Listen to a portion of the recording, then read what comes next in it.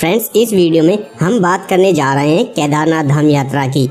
इस वीडियो में हम जानेंगे केदारनाथ यात्रा पर किस रूट से और कैसे जा सकते हैं, यात्रा रजिस्ट्रेशन कब और कैसे करा सकते हैं, जानेंगे केदारनाथ धाम के कपाट कब खुलेंगे, यात्रा की तैयारियों के बारे में लेटेस्ट जानकारी और वहां पर होटल्स या गेस्ट हाउस में रुकने से लेकर यात्रा पर खाने पीने की क्या क्या सुविधाएं हैं। इसके अलावा ये भी जानेंगे कि अगर आप मई जून में यात्रा करते हैं तो आपको क्या क्या परेशानियां आ सकती हैं। अगर आप भी केदारनाथ यात्रा प्लान कर रहे हैं तो केदारनाथ यात्रा के बारे में लेटेस्ट अपडेट जानने के लिए पूरा वीडियो ज़रूर देखिए। कपाट खुलने से पहले केदारनाथ धाम में यात्रा की तैयारियां की जा रही हैं। बड़े बड़े ग्लेशियरों को काटकर रास्ता तैयार किया जा रहा है और ज़रूरी सामान भी धाम तक पहुंचाया जा रहा है। तो आइए सबसे पहले जानते हैं केदारनाथ धाम में दर्शनों के लिए रजिस्ट्रेशन कैसे, कब और कहां से करा सकते हैं। तो फ्रेंड्स, उत्तराखंड में 22 अप्रैल से चारधाम यात्रा शुरू होने जा रही है। उत्तराखंड राज्य के पर्यटक विकास परिषद के अकॉर्डिंग चारधाम यात्रा 2023 के लिए अब तक 2.5 लाख से ज़्यादा श्रद्धालु रजिस्ट्रेशन करा चुके हैं, जिनमें से केदारनाथ धाम के लिए अब तक लगभग 1,40,000 रजिस्ट्रेशन हो चुके हैं और उम्मीद है इस साल भी भारी संख्या में श्रद्धालु यात्रा के लिए केदारनाथ धाम पहुंचेंगे। इस साल चारों धामों के दर्शनों के लिए 4 तरीके से रजिस्ट्रेशन करवा सकते हैं। पहला, उत्तराखंड के चारधाम की ऑफिशियल वेबसाइट से, दूसरा टोल फ्री नंबर से, तीसरा व्हाट्सएप से और चौथा मोबाइल ऐप से। Toll free number, WhatsApp number और टूरिस्ट ऐप का लिंक, ये सभी आपको registration@touristcare.uk.gov.in इस वेबसाइट पर मिल जाएंगे। यहाँ से आप अपनी सुविधा के अनुसार रजिस्ट्रेशन करा सकते हैं। रजिस्ट्रेशन करवाने के लिए आपके पास एक फ़ोटो आईडी प्रूफ होना ज़रूरी है, जैसे Aadhaar card, PAN card, driving licence या वोटर आईडी कार्ड। हो सके तो आप अपने पास आपका पासपोर्ट साइज़ का फ़ोटो और अपने ओरिजिनल आईडी कार्ड्स के साथ साथ उनकी एक फ़ोटोकॉपी भी साथ में रखें। इसके अलावा केदारनाथ यात्रा के दौरान आप अपने पास वैक्सीन की दोनों डोज का सर्टिफिकेट भी ज़रूर साथ रखें। दोस्तों, धाम के कपाट खुलने के समय ही अधिकतर सभी श्रद्धालु अप्रैल, मई, जून में ही धाम के दर्शन करते हैं, लेकिन इस दौरान यहाँ बहुत अधिक भीड़, महंगाई, अव्यवस्था और रूम्स न मिलने जैसी समस्याएं भी देखने को मिलती हैं। कपाट खुलने के लगभग 1-1.5 महीने तक मई जून के दौरान रूम से लेकर खाने पीने सहित घोड़ा खच्चर और पालकी वालों के रेट्स बहुत ज़्यादा होते हैं। इसलिए बहुत अधिक भीड़ से बचना है और अपनी यात्रा को आराम से व कम खर्चे में करना चाहते हैं तो जुलाई से अक्टूबर तक आप धाम की यात्रा पर जा सकते हैं। इस दौरान आपको मई और जून के मुकाबले कम भीड़ मिलेगी और सब कुछ आसानी से व किफ़ायती रेट्स पर भी मिलेगा। बाकी आप अपने बजट और सुविधा के अकॉर्डिंग यात्रा के समय का चुनाव कर सकते हैं। अब बात करें केदारनाथ धाम पहुंचने की, तो आप हरिद्वार, ऋषिकेश या देहरादून पहुंचकर अपनी यात्रा की शुरुआत कर सकते हैं। इन तीनों ही जगहों से केदारनाथ धाम के लिए बस सर्विस अवेलेबल है, लेकिन हरिद्वार सबसे बेहतर विकल्प है केदारनाथ धाम की यात्रा के लिए। इसके लिए सबसे पहले आपको हरिद्वार आना होगा। हरिद्वार से केदारनाथ धाम 240 किलोमीटर की दूरी पर है। हरिद्वार तक आप ट्रेन या बस किसी भी माध्यम से आ सकते हैं। हरिद्वार से केदारनाथ मंदिर जाने के लिए सोनप्रयाग तक रेगुलर बसें चलती हैं, जिसका एक व्यक्ति का किराया लगभग 600-700 रुपये होता है और इसमें समय लगता है लगभग 8 से 9 घंटे। सोनप्रयाग के लिए बसें हरिद्वार से सुबह सुबह 4 बजे से ही चलनी शुरू हो जाती हैं, इसलिए सुबह जल्दी बस पकड़ने के लिए आपको हरिद्वार में सुबह जल्दी पहुंचना पड़ेगा या फिर एक रात हरिद्वार में स्टे करना होगा।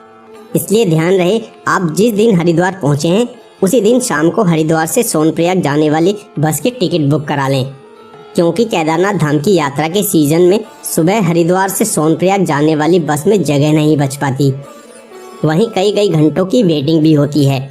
इसलिए बस न मिलने की समस्या से बचने के लिए आप सोनप्रयाग जाने से एक दिन पहले ही बस का टिकट बुक करा लें, ताकि आप समय से सोनप्रयाग पहुंच सकें और रात को ठहरने के लिए रूम्स वगैरह ढूंढ सकें। और अगर आप फ्लाइट से आते हैं तो देहरादून एकमात्र नज़दीकी एयरपोर्ट है केदारनाथ यात्रा के लिए। उसके बाद देहरादून एयरपोर्ट उतरकर टैक्सी या बस द्वारा हरिद्वार तक आ सकते हैं, या फिर देहरादून से ही सोनप्रयाग के लिए बस ले सकते हैं। फिर सोनप्रयाग से गौरीकुंड तक पहुंचकर अपनी यात्रा शुरू कर सकते हैं। वहीं अगर आप अपनी पर्सनल कार, बाइक या टैक्सी द्वारा केदारनाथ धाम की यात्रा कर रहे हैं तो देवप्रयाग, रुद्रप्रयाग और गुप्तकाशी होते हुए सीधे सोनप्रयाग तक पहुंच सकते हैं। लेकिन सोनप्रयाग में ही आपको अपनी गाड़ी पार्क करनी पड़ेगी और सोनप्रयाग से गौरीकुंड के बीच की 5 किलोमीटर की यात्रा आपको वहां की लोकल शेयर टैक्सी द्वारा कंप्लीट करनी होगी, जिसका किराया 50 रुपये के आसपास होता है, क्योंकि सोनप्रयाग से आगे गौरीकुंड तक केवल वहां की लोकल टैक्सियों को ही जाने की परमिशन है। दोस्तों, यहाँ पर एक ध्यान देने वाली बात यह है कि अगर आप पीक सीजन में यात्रा कर रहे हैं तो आपको सोनप्रयाग से गौरीकुंड तक जाने के लिए टैक्सी के लिए काफ़ी वेट भी करना पड़ता है और काफ़ी अधिक लंबी लाइन में भी लगना पड़ता है। अगर आप हेलीकॉप्टर से केदारनाथ मंदिर तक पहुंचना चाहते हैं तो केदारनाथ मंदिर तक 3 जगहों से हेलीकॉप्टर की सुविधा उपलब्ध है, जिनमें फाटा, सरसी और गुप्तकाशी। इन तीनों जगह से आप या तो ऑनलाइन बुक करके या ऑफलाइन इनके काउंटर्स पर जाकर हेलीकॉप्टर राइड बुक करा सकते हैं। यहाँ फाटा या सरसी से हेलीकॉप्टर राइड का किराया लगभग 4,720 रुपये राउंड ट्रिप के लिए और इसका आधा वन वे के लिए किराया लगता है। लेकिन गुप्तकाशी से हेलीकॉप्टर राइड का किराया लगभग 7,800 रुपये राउंड ट्रिप के लिए लगते हैं। दोस्तों, सोनप्रयाग पहुँचने के बाद यहाँ रूम बुक कर सकते हैं। सोनप्रयाग के अलावा भी 5 किलोमीटर आगे गौरीकुंड में भी रूम्स अवेलेबल होते हैं, चाहे तो आप वहाँ भी रूम्स ले सकते हैं। दोनों ही जगहों पर आपको कई सारे रूम्स ऑप्शन मिल जाएंगे, जिनका एक दिन का रूम रेंट लगभग 500 रुपये से शुरू होकर 5,000 रुपये तक भी पीक सीजन में देखने को मिलता है। रूम्स के अलावा आपको यहाँ ठहरने के लिए डॉर्मेट्री व धर्मशालाएं भी मिल जाएंगी, जिनका किराया लगभग 400-500 रुपये से शुरू होता है। साथ ही GMVN के द्वारा उपलब्ध कराए गए कॉटेजेस को भी आप रेंट पर ले सकते हैं। यहाँ ध्यान बस यही रखना है कि अगर आप पीक सीजन में अपनी यात्रा प्लान कर रहे हैं तो कोशिश करें जितनी जल्दी हो सके ऑनलाइन या ऑफलाइन होटल्स में रूम बुक कर लें, वरना आपको रूम्स को लेकर काफ़ी परेशानियों का सामना भी करना पड़ सकता है। दोस्तों, गौरीकुंड पहुँचने के बाद केदारनाथ धाम की यात्रा पैदल ट्रैक करके शुरू करते हैं, क्योंकि केदारनाथ मंदिर की चढ़ाई गौरीकुंड से ही शुरू होती है। गौरीकुंड से केदारनाथ मंदिर की चढ़ाई 16 से 18 किलोमीटर है।